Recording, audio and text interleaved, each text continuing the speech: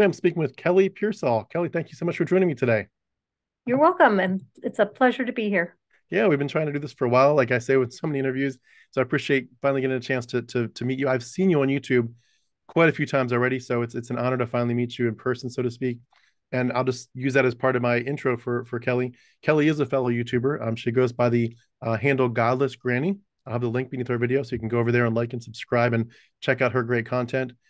Kelly lives in Alabama, but she's originally from Wisconsin, and she did live for a while in Indiana. She studied at the University of Wisconsin-La Crosse, and she has a Juris Doctor from Baylor. She has three kids and five grandchildren, and she's also a court-appointed special advocate volunteer. She also has a transgender son, and we'll talk about that as part of her story in a little bit. But besides that, what else could we know about you, Kelly?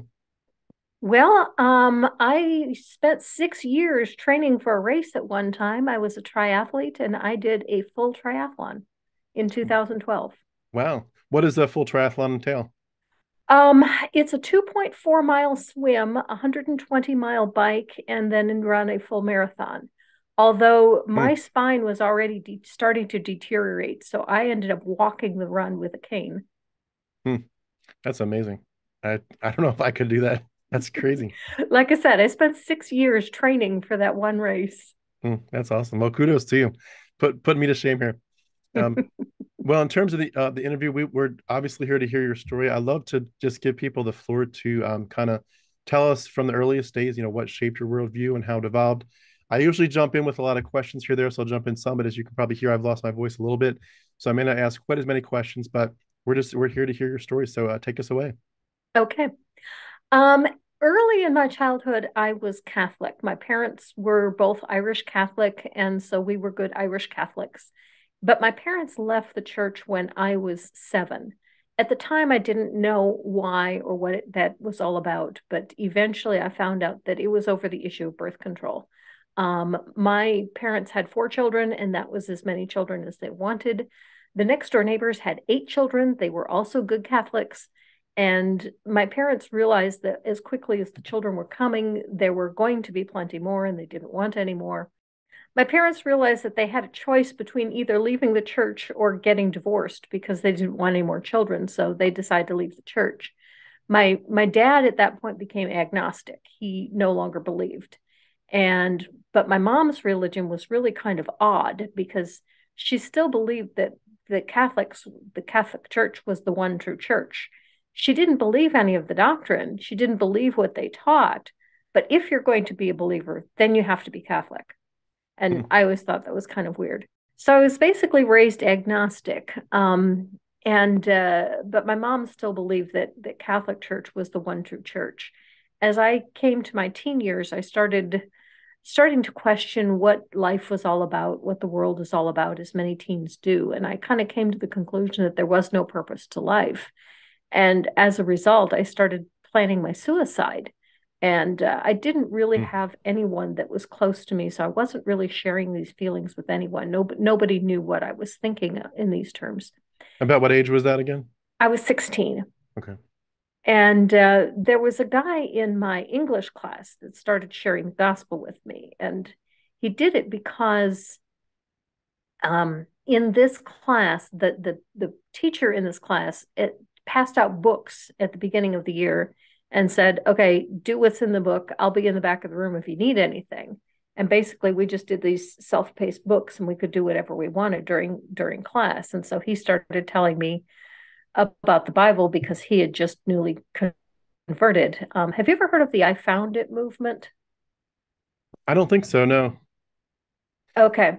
There was a big revival in the 1970s and they called it the "I Found It" movement. You could see bumper stickers everywhere. I found it, and it was people who had found the gospel. And that's what this was part of. He was converted at one of these big rallies and now he found it. And so he's wanting to tell other people about the gospel.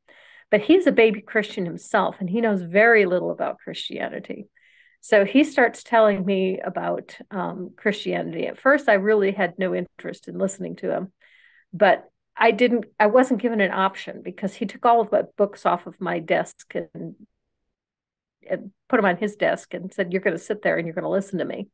And I didn't want to go tattle. I felt too awkward going and, asking the teacher for my books back. So I just sat there and listened to him. And he told me some really weird stuff. Like one of the things he told me was that when Adam and Eve were in the Garden of Eden, that Cain killed Abel, and then Eve had to have sex with Cain because he was the only man left on the earth to have sex with, and yeah, Hmm. making up all these crazy stories. Um, and so, but I listened to the stories. But the thing that was the hook for me, the reason that I really thought that he had something going for him here, was he told me, your life is empty and you need something in your life. And because I was planning my suicide and he couldn't possibly know that, I felt like God was speaking to him and telling him about what was going on with me. Hmm. Now, I realize now that, that's not what was going on at all, that, this is just a common line that they use and everybody's got some kind of issue, but that's what I was feeling at the time. And so I was very drawn to what he had to say. And he knew that he didn't know the gospel very well. So then he introduced me to a couple of his friends and had his friends tell me more. And they actually used chick tracts.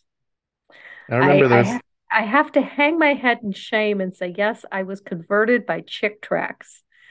Um, That's awesome. I think my dad was a big tract hand pass router, hmm whatever you call it, and he did that kind of stuff nonstop. He would his church would have like a big pile of them at the back, so you could take them with you. hmm He'd take 50 of them, and he'd run out of them every week. Like he just mm so yeah, I know chick tracts well. Okay. One thing kind of funny, on my 16th birthday, I prayed that I would become a Christian because at that point I'd been convinced, but I didn't know what to do. And 3 days later, they told me the whole process of what one must do to become a Christian. And then what's really surprising is they didn't ask me to do it. They gave me the materials and sent me on my way. And so I went home and prayed in my own bedroom. And I really felt like something had happened. I really felt like God had touched me because when I got up the next morning and went outside, I was just feeling elated, like something had really changed. And I looked at the world around me and said, everything is beautiful, everything is wonderful, and God loves me. And I started seeing the whole world in a different way. And so I really felt like this was real for that reason. Um, Now, not having believing parents and not having a church, one of the things I then had to do was try to find a church. And so I did make a couple forays into a couple of different churches. I did try, at one point, I tried the Assemblies of God Church, and their big thing is speaking in tongues. And I tried the speaking in tongues, but it was fake. It was just a matter of faking it. And so I didn't really find any authenticity there. Can I I ask, had a you said friend. your parents weren't really going with you or interested in Oh, being no, part no, of it? they had no interest in church whatsoever. Can I ask what they thought of it when you shared it with them? Or I mean, did you try to proselytize or just kind of share it in passing? Um, I definitely tried to share it with them. At one point, they said they thought I was in a cult and they needed to get me out of it, and they threatened to have me kidnapped. But it was an empty threat, and I wasn't in a cult or anything, so it was kind of weird that they even said that. But like I said, my mom always believed that the Catholic Church was the one true church. So if you're not believing Catholic, you're not in the right religion. So Hmm. they always did think that, although my dad really didn't care that much. He was more of, believe whatever you want to believe. I really don't care. I had a friend at school who went to an evangelical free church, and she invited me to go to her church, and I did. But I never totally felt like I belonged there, partly because she had a rather large family. There were six in her family, and they took up a whole pew. So I could never sit with them. So I always sat by myself. And Hmm. so, yeah, I never felt like I really belonged. She asked me to help teach VBS, which I thought was kind of funny because, I'd never read the Bible. I'd never been to church before. Um, and so she said, "Oh, it's no big deal. I'll be the teacher. You'll be my assistant, and you're basically going to do crowd control with the kids." So I said, "Sure, no problem." And she said, "Can you lead the kids in singing 'Jesus Loves Me'?" I don't know that song, do you mean you don't know that song? I haven't gone to church before. I don't know your songs. Okay, so I learned the songs. I felt like I was way behind. I felt like I needed to catch up. So the first thing I did was read the Bible from cover to cover. And I did that in about 4 months. Although I skipped the Psalms because the Psalms, after reading about the first 10 or 12 of them, I said, these all say the same thing over and over. I think I can skip this. Um, and I was really absolutely flabbergasted when I found out that other people hadn't done the same thing. I was in a Sunday school class with other teens my age, and one of which was the pastor's daughter. And they were we were looking something up in a concordance, and I don't remember what the word was, but it began with a V. And so she was reading the concordance and she said, okay, this, and there's a verse. No, the V stands for the word that we looked up, that we're looking up. Do you not know how to use a concordance? I mean, you're the pastor's kid. And I'm, a new convert and I know more about it than you do. So that was kind of weird. That's amazing. It's Yep. amazing too that you read it almost completely cover to cover at that age, because I know a lot of people would say they've still not, even if they've been Christians for decades, they just, kind of pick this little passage, that little passage, but to read it through once, let alone, several times for many of us, it's like, it's unheard of, which is really weird if you think to yourself as a Christian, this is God's most important way of communicating to us. It's his love letter.